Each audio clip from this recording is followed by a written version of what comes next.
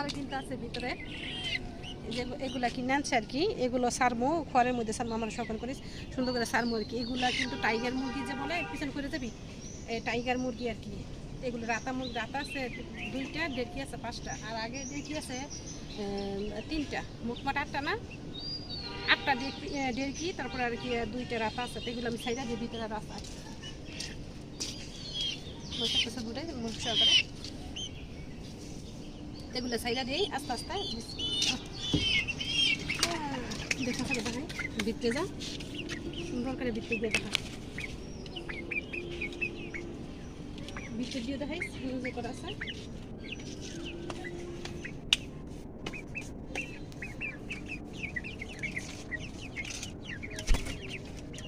এগুলা মনে হয় 1 মাসের ভিতরে ডিম পারবো না যাবার কাছে। তো মুরগিগুলো ছাড়লাম, এগুলো আদার পানি দিব। তো আস্তে আস্তে আর কয়েকটা আনবো আর কি, আনলে পরে বাড়বো।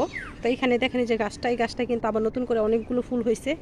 আর এই ফুলগুলো না এত ভালো লাগে দেখতে, এই সুন্দর করে অনেকগুলো ফুল ফুটছে। তো এখন নিচে যাব, যাই দেখি কি কাজ করতে পারি। কিছু কাজ আছে, ওইগুলো শেষ করে তারপরে কিন্তু রান্না বান্নার আয়োজন করতে হবে দুপুরে। তো আমি কিন্তু এখানে ডালটা বসাই দিছি, রান্না করা এসে হয়ে গেছে আমার ডাল। আজকে আমি বাগার দিয়ে মাইখা চাইকা বসাইছি, যদি একবারে আর পরে বাগারটা দিতে না হয়। এই তো ডালটা কিন্তু বসাই দিছি, হয়ে গেছে, বেশি সময় লাগবে না। আর এখানে আমি আলু সিদ্ধ বসাই দিছি, যেহেতু আলুর ভর্তা করবো। এই তো পুঁই শাক, এই তো পুঁই শাকটা কাইটে নিব। পুঁই শাকটা কাইটে আনলাম গাছ থেকে, একদম টাটকা আর কি। এটা ভাজি করব আর শুটকির ভর্তা করব, এটাই আজকে দুপুরে রান্না বান্না। তো শাক ভাজিটার জন্য আমি এই পেস্টটা এখানে ভাইজে নিতেছি। আমি যেহেতু শুকনো মরিচটা দিতেছি আর কি। তো শাকটা কিনে আমি একই ভাব দিয়ে নিয়েছিলাম। অনেকগুলো শাক কিন্তু ইয়া করছিলাম, তো দেখেন একদম ভাব দেওয়াতে অল্প একটু হয়ে গেছে, যেহেতু শাকটা একদম গাছের। আর এই শাকগুলো কিন্তু এমনিতে এমনি ইয়ে অন্য যায়, আমার পেস্টটা বেশি একটু পুইরা গেছে, ভাজা হয়ে গেছে বেশি।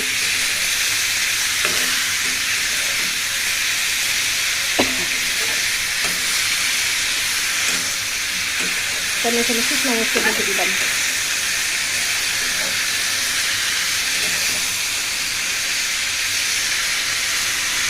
এইখানে কিন্তু ওই ভর্তাটা করে দিচ্ছি, শুকনো ভর্তা। তো দেখেন ভর্তাটা করে তারপরে কিন্তু বাগার দিয়ে নিচ্ছি। আর যেহেতু আমি ধনিয়া পাতা দিচ্ছি, তো এখানে একটু কালো কালো হয়েছে আর কি, কাছাকাছি হয়েছে। ধনিয়া পাতা দেওয়ার কারণে কিন্তু এরকম হয়, মাঝে মাঝে ধনিয়া পাতা দিলে ভর্তার মধ্যে ভর্তার কালারটা একটু চেঞ্জ হয়ে যায়, যেমন একটু কাছাকাছি ভাব হয় আর কি, সবুজ সবুজের মতো হয়। তো বাগার দেওয়া ভর্তাটা কিন্তু অন্যরকম একটা টেস্ট। আর এইখানে আমার আলুটা এখনো সিদ্ধ হয় না, সিদ্ধ হলে তারপরে আমি ভাজি করে নিব। তো এখানে আমি বিকালবেলা সন্ধ্যা হয়ে গেছে, তো সন্ধ্যা নাস্তার জন্য আমি তালের বড়াটা বানাবো। তো তাল ছিল একটুখানি ঘরে, তো চিন্তা করলাম বড়াটা বানাই দিই, খাইতে কিন্তু অনেক ভালো লাগবে, এই জন্য আর কি বানাই দিতেছি। এই তো এখানে এই যে অনেকগুলো বানানো হয়েছে, এই যে আমি কিন্তু বানাই নিচ্ছি অনেকগুলো বড়া। আর ওই দুইটা না একদম মানে একটু পুইরা গেছে, চালটা একটু বেশি হওয়ার কারণে কিন্তু একটু পুইরা গেছে, এর জন্য দুইটা আমি আলাদা রাখছি। আর এইখানে তো দিয়ে দিছি।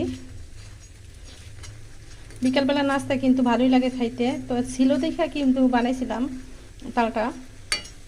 তো চিন্তা করলাম অনেকদিন হয়ে গেল, আবার হয়ে যাবে, তো বানাই দিই।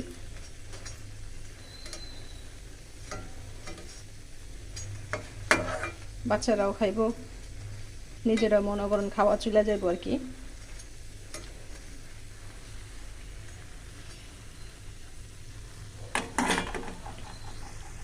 এখানে আবার দিয়ে দিব।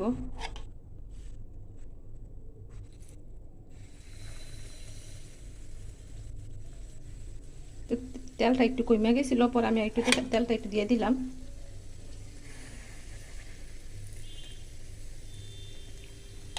একটার সাথে একটা কিন্তু লাগে না, যেহেতু মানে এই জন্য কিন্তু অনেকগুলো একসাথে দেওয়া যায়।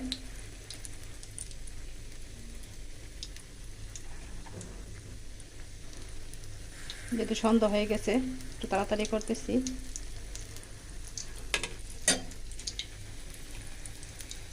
একটার সাথে একটা কিন্তু লাগে না, দেখেন একদম সারা সারা সুন্দর মতো একদম ফুলা উঠতেছে আস্তে আস্তে।